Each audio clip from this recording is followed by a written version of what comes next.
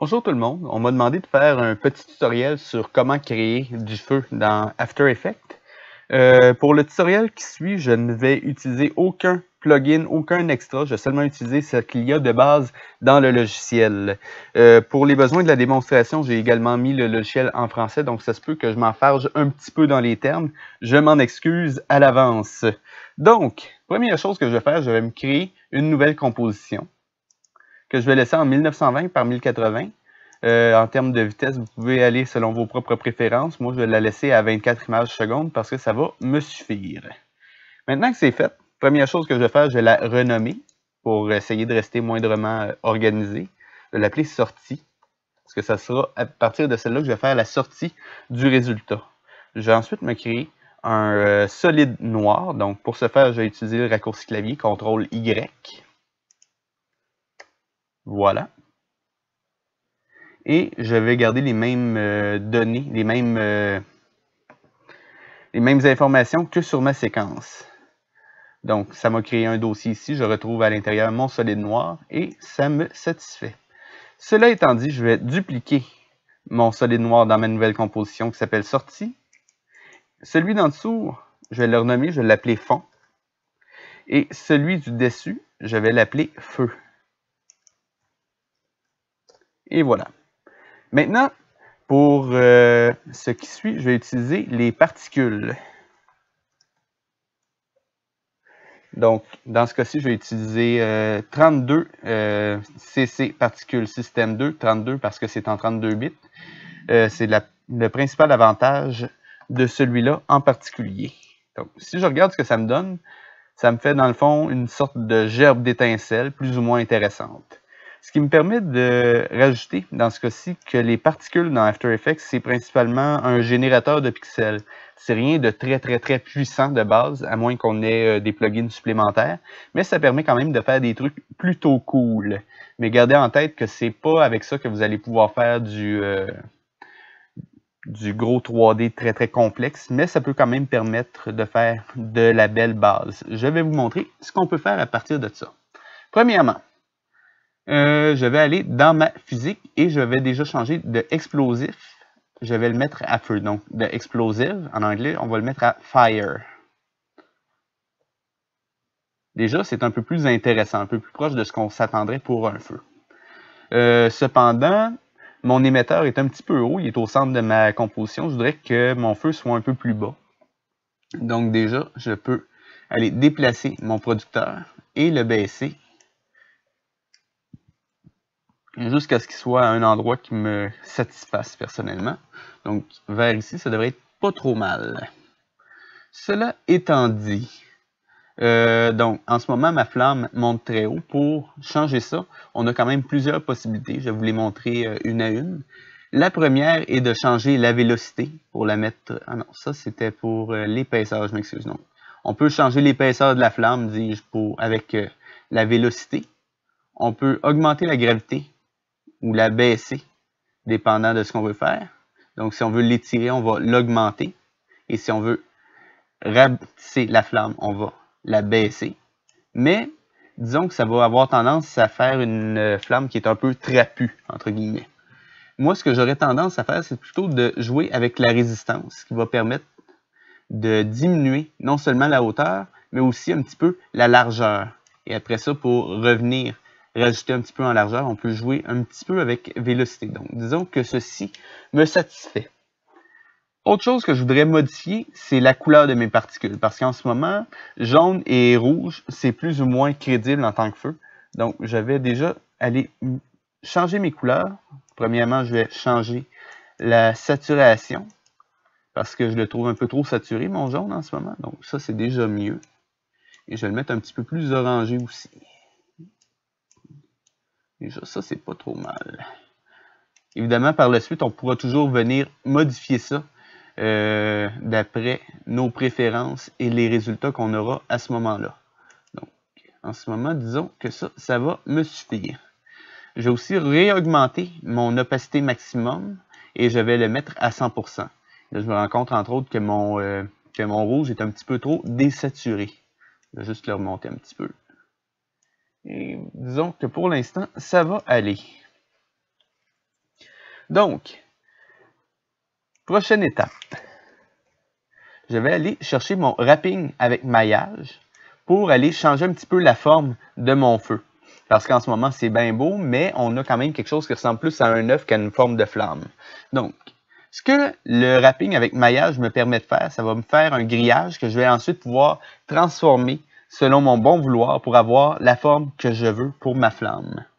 Donc, en ce moment, il y a un petit peu trop de résolution. Je vais le mettre à 4 et 3. Je crois que ça devrait suffire. Oui, ça devrait aller. Donc, simplement aller modifier un petit peu la forme.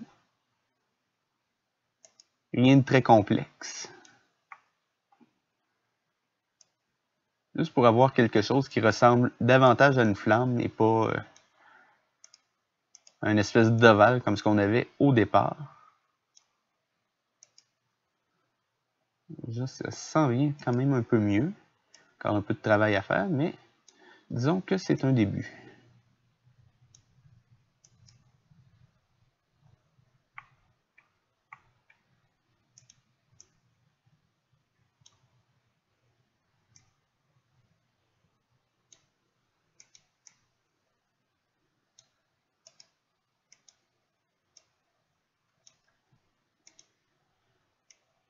Donc, j'essaie quand même d'avoir un résultat qui soit assez satisfaisant pour montrer quelque chose qui peut quand même être plutôt chouette.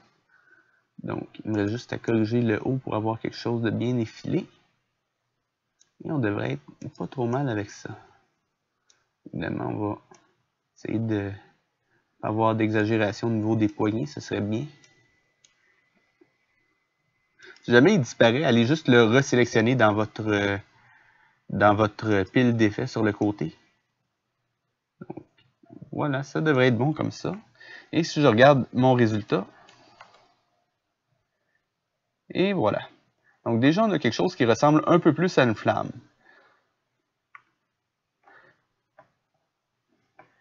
Maintenant, ce que je vais aller faire, je vais me créer une nouvelle composition. Je vais garder mes mêmes settings que ce que j'avais fait à la base. Mais celle-là, je vais l'appeler déformation 1. Déformation 1, pardon.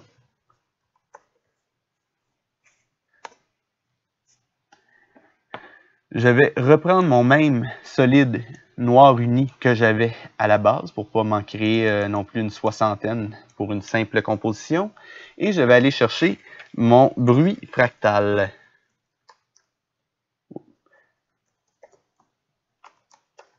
Bruit fractal et non pas brut fractal, c'est pas exactement la même chose. Donc, ce que fait le bruit fractal ici, il vient créer aléatoirement une série de valeurs de noir et de blanc qui vont nous servir ensuite à modifier la forme de notre flamme telle qu'on l'avait à la base. Donc, dans ce cas-ci, si je viens ouvrir mes effets, je voudrais que mon bruit soit animé. En ce moment, comme vous pouvez le voir, il ne bouge pas vraiment. Ce que je vais aller faire, je vais premièrement aller changer son évolution parce que vous pouvez voir, en modifiant l'évolution, on peut changer son apparence. Comme je ne veux pas m'amuser à faire des pauses clés tout le long de ma séquence, je vais plutôt y aller avec une expression. Pour créer une expression, c'est assez simple, on va appuyer sur Alt au clavier et venir cliquer sur le petit chronomètre qui est à côté d'évolution. Arrivé là, c'est plutôt simple, on va simplement rentrer la valeur time, temps en anglais, multiplié, donc astérisque, par, donc dans ce cas-ci, on va y aller avec 500. Et si j'appuie sur espace pour avoir un aperçu, on voit que maintenant mon bruit a une modification qui lui est propre et qui va continuer aussi longtemps que ma séquence va durer. Ce qui est l'avantage principal des expressions dans ce cas-ci plutôt que des pauses clés. Ensuite, je vais aller modifier un petit peu son apparence maintenant en utilisant les transformations. Donc, échelle unie, je vais le mettre à non. Et je vais aller l'étirer à la verticale un petit peu plus qu'à l'horizontale parce que le feu est quand même quelque chose qui va se déplacer vers le haut et donc il va avoir tendance à s'étirer à la verticale. Donc, si je regarde ce que ça me donne, on a quand même quelque chose de plutôt bien. Maintenant, il me resterait juste à modifier l'apparence pour que le bruit donne l'impression plutôt de se déplacer vers le haut parce que, évidemment, le feu est quelque chose qui se déplace vers le haut. Donc, ce que je vais faire, je vais utiliser une expression sur l'onglet décalage. On ne voit pas au complet ici, mais c'est le 1, 2, 3, 4, 5, 6e dans la liste de transformation. Donc, Alt sur le chronomètre, je clique et ça m'affiche une expression. Dans ce cas-ci, je vais aller utiliser les parenthèses carrées. Je m'excuse, je n'ai pas vraiment de meilleur nom pour ça. Et je vais mettre 0,time multiplié par négatif 500. Quoique non, je vais le mettre à négatif 700 ici. Ce que ça veut dire, le 0, c'est la première valeur. Donc, on va le laisser inchangé. Time, à partir de la virgule ici, c'est la deuxième valeur. Donc, time, le temps, multiplié par négatif 700. Pourquoi négatif 700? Parce que dans After Effects, le 0 se trouve en haut à gauche. Donc, tout ce qui va aller dans le négatif va aller vers le haut. Donc, comme je veux que ça monte, je mets le tout en négatif. Le résultat, on se retrouve avec un bruit fractal qui donne l'impression de monter. Petit problème, par exemple, je trouve qu'il y a peut-être un petit peu trop de détails à l'intérieur pour l'instant. Donc, je vais aller modifier son niveau, si j'arrive à le trouver, de complexité, le voilà, jusqu'à ce que j'ai quelque chose qui me satisfasse.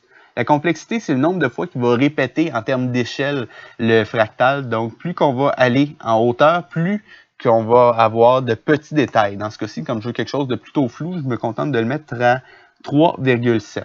Et ça me donne quand même quelque chose de plutôt sympathique que je vais ensuite pouvoir utiliser dans Sortie pour faire une transformation. Donc, jusque-là, rien de très compliqué. Maintenant, on va commencer à modifier l'apparence de notre feu. En ce moment, comme vous pouvez le voir, il est un petit peu ridicule, pour le dire ainsi. Première chose que je voudrais, ce serait qu'il n'y ait pas autant de petits filaments comme ça qui le parcourent. Donc, je vais aller le flouter un petit peu avec un flou gaussien. Voilà. Et je le glisse sur mon feu. En termes de valeur, je vous invite à essayer pour voir qu'est-ce qui vous plaît le plus. Dans ce cas-ci, je vais simplement le laisser autour de 45 environ. Ce qui me donne quand même quelque chose de pas trop mal. Je ne dis pas que c'est parfait encore, mais disons qu'on voit quand même un petit peu de détails et on a quand même une impression de mouvement vers le haut tranquillement. Donc, déjà, c'est pas trop mal. Si je retourne dans le projet et que je viens inclure déformation 1, voilà. On voit que j'ai absolument rien. Pourquoi? J'ai mis déformation 1 en dessous et en plus, je vais le rendre invisible. Pourquoi je le rends invisible? Parce qu'on n'a pas besoin de le voir. On va simplement l'utiliser comme information pour aller transformer le feu. Pour ce faire, je vais utiliser l'effet dispersion. Donc, dispersion. Et je vais l'appliquer au feu. Ce que vient faire dispersion, il va déplacer les pixels dans une direction si le calque de référence est noir et si jamais il est blanc, il va les déplacer dans une autre direction. Comme le calque de référence ici, ça va être déformation 1 et qu'on a un joli motif chamoiré ici, ça va permettre d'aller dans des directions un peu différentes et de reproduire un petit peu les déformations qu'on a normalement avec du feu. Donc, ce que je vais faire ici, je vais aller dans calque de référence et je vais choisir déformation 1. Et là, je vais pouvoir déplacer dans une direction, donc horizontale maxi, et aller à verticale maxi. Donc, dans ce cas-ci, je vais les régler tous les deux à 120. Et ça va me donner déjà quelque chose qui ressemble peut-être un petit peu plus à du feu. Un petit peu parce que, bon, en ce moment, le bas, il n'est pas très crédible. Pourquoi? Le bas d'une flamme va rester beaucoup plus stable que le haut. Donc, ce que je vais aller faire, je vais retourner dans ma déformation 1 et je vais juste réduire mon solide noir et je vais me créer un deuxième solide, mais cette fois-ci, au lieu de le mettre noir, je vais aller le mettre à gris 50%. Donc, 50% en luminosité et je fais OK. À celui-ci, je vais appliquer un cache. Donc, dans ce cas-ci, je vais simplement prendre un bon vieux rectangle que je vais appliquer comme ceci avec un contour progressif. Comme ça, tout ce qui est gris va rester à peu près inchangé. Et comme le bas de ma flamme est dans cette zone-ci, elle devrait rester beaucoup plus inchangée. Si je reviens maintenant à sortie, je me rends compte qu'effectivement, le bas de ma flamme reste beaucoup plus tranquille que le haut. J'ai peut-être été un petit peu trop fort, par exemple. Je vais aller rebaisser un petit peu le contour progressif. Dans ces eaux-là, ça devrait être mieux.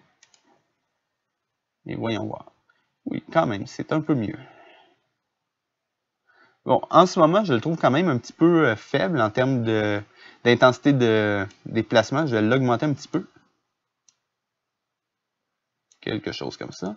Et je vais aussi aller baisser un petit peu mon masque pour mon solide parce que je trouve que le déplacement ne se fait pas très rapidement. Donc, horizontal, je vais le baisser un petit peu. Et voyons voir ce que ça donne. Donc déjà, ça commence à avoir quelque chose d'intéressant. Peut-être juste aller augmenter encore un petit peu la vitesse de défilement pour le bruit. Donc comme vous voyez, c'est beaucoup du va-et-vient. On va un petit peu par tâtonnement, le but étant d'essayer d'avoir le meilleur résultat possible en peaufinant ce qu'on a de base. Donc dans transformation, mon expression, je l'ai mis à 700, je vais le mettre, je sais pas, à 900 pour commencer. Et voyons voir ce que ça me donne avec sortie. Là, je trouve ça déjà plus intéressant, voyez-vous. Donc, comme vous l'avez vu, j'ai appelé mon calque de déformation déformation 1. Ça veut dire qu'il va probablement avoir une déformation 2. Évidemment, c'était à prévoir. Donc, je retourne dans mon projet et je me crée une nouvelle composition, toujours avec les mêmes settings. Et celle-ci, je vais l'appeler déformation 2. Donc, je viens reprendre mon noir uni. Je vais réutiliser encore mon bruit. La même chose que tout à l'heure, mais on va rajouter quelques petites différences. Donc déjà, dans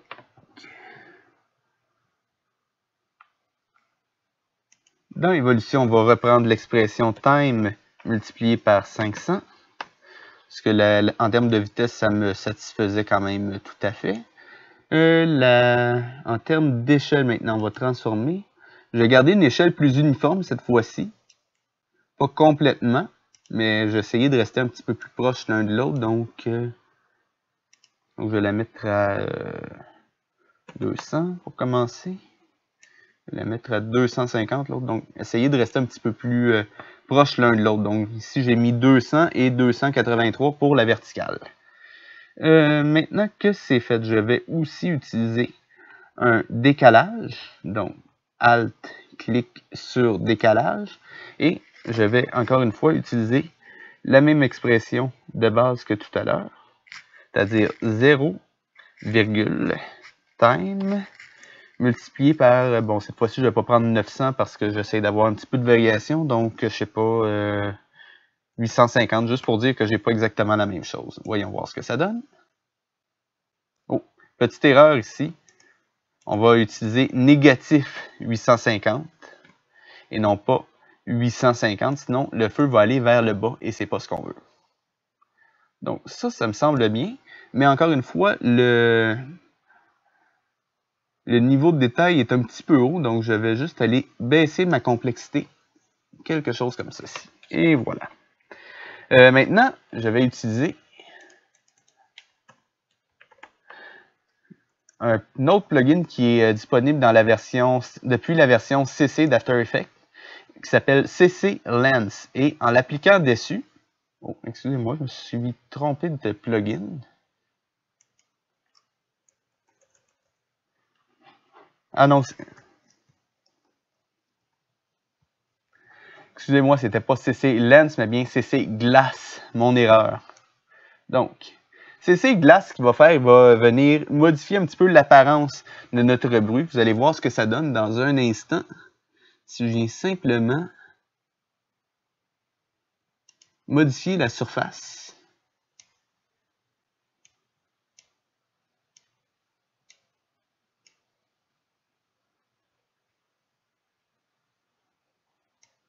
Ça ne change absolument rien. Pourquoi? Parce que je suis complètement stupide et j'ai oublié quelque chose de très important. Donc, je vais d'abord supprimer mon CC Glass et je vais aller renommer mon noir uni 1 pour Précomp, déformation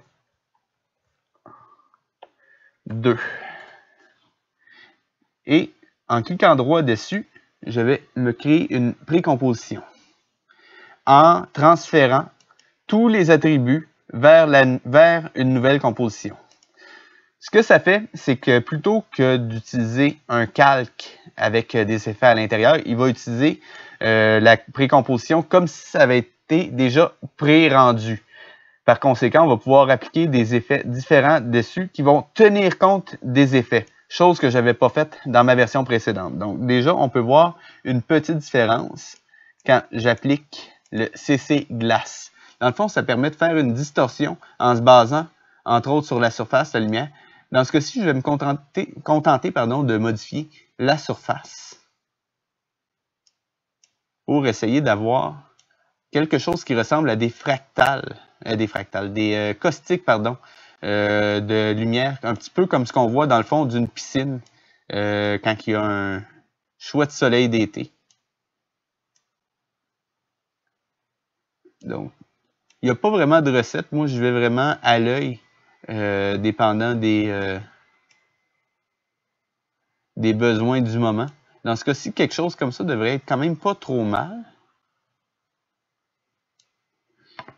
Et je crois qu'on va aller avec ça pour commencer.